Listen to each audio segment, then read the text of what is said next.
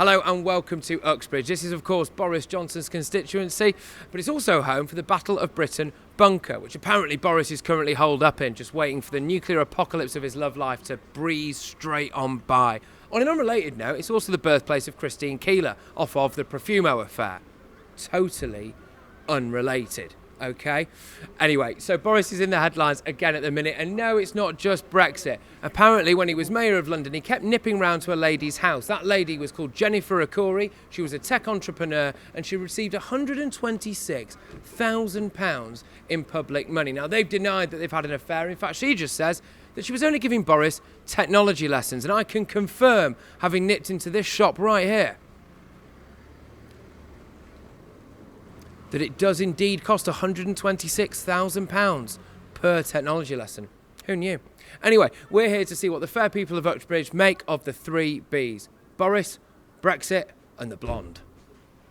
So you've seen the stories about, this particular blonde girl that you may or may not have been seeing and may or may not have given him a little bit of public money to. If it all turns out to be true, would you still vote for him? Yeah. Why? Well, you can't do no worse than all the others. Especially with all the taxes for their second properties. I haven't heard that he was one of those. So, and the man's got to get his kicks somehow. Thoughts about Boris Johnson? Would you trust a man that promises to lie down in front of a bulldozer to stop a third runway and then completely ignores the opportunity to do so? So there's also a few relatively untrustworthy elements towards Boris Johnson's character, most notably some claims about him maybe have been a bit, what's the word now? Infidelity, I suppose is the right word. Yeah, does that bother you as a voter? Do you care about whether or not Boris Johnson has been faithful to his wife? Probably not. As a voter, you want to think that you're going to vote a professional in, and I would assume that he tries to the best of his ability, to be professional regarding his work, and no, probably not. I mean, if it was a case of him beating the hell out of his wife or, something like that, then yes, maybe it would influence, but unfortunately it's a fact of life, infidelity, isn't it? Probably not a good thing, but it's a fact of life. Okay, and in regards to Brexit, today it looks like any hope of a deal has completely collapsed. Are you bothered about a no deal? I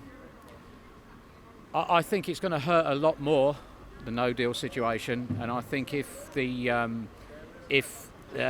referendum had been run now, let's say, when people are more aware of a little bit more aware of the possible circumstances, I think it would have changed the result.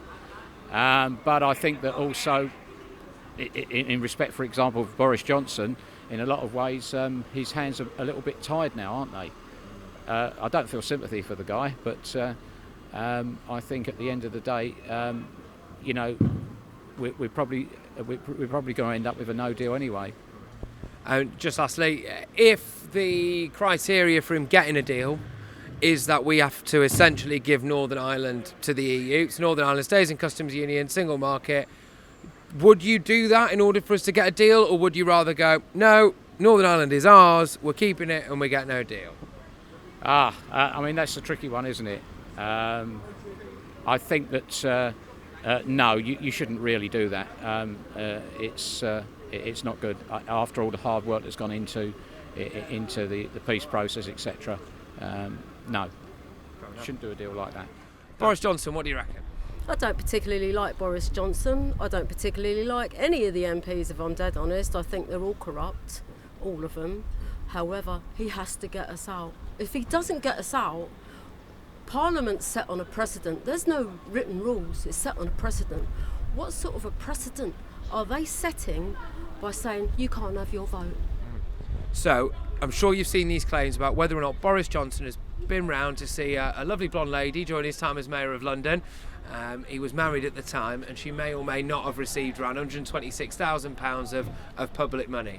If all of that is proven to be true, would you still vote for him? Yes. Why? Why? Because you name me one person that hasn't got a blemish on them. You name me one. You can't. we've all done something we shouldn't have, and many MPs have done a lot more than they should have, and it gets all hidden and buried, like all the paedophiles, and it's wrong. So, today it looks like, finally, any chance of a Brexit deal has just gone. Are you bothered about that? No. Thank God for that. Forget the money. If it's just that they've cheated on their wife or their husband, whatever, does that bother you? What do you mean by that? Like, what do you mean? It does, because like you shouldn't. It just shows like that you're not loyal. Not loyal, but like if you're not loyal to somebody that you claim you love, then you might not be loyal to the people you work with. If that makes sense. Okay, so if it turns out that Boris Johnson has cheated on his missus and given that particular woman £126,000 in public money, would that stop you voting for him? To be honest, it doesn't affect my opinion of him because I just would never vote for him anyway. Do you mind me asking which way you normally vote? I normally vote Labour. Yeah, cool. All right, so look, just in this completely hypothetical world that we live in, it was Jeremy Corbyn, same allegation, would that stop you voting for him?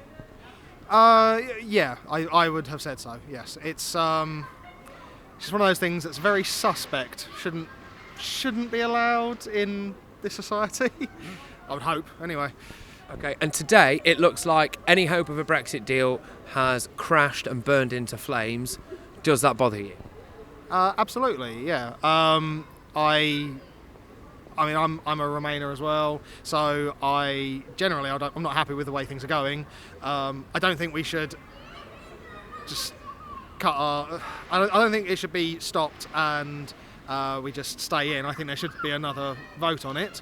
But I think that just cutting and running is the worst possible choice. Okay, so just if the choice between Boris getting a deal and no deal was that Northern Ireland stays in the single market and customs union, so basically we kind of give the EU Northern Ireland, if that was our only chance of getting a deal, would you do it?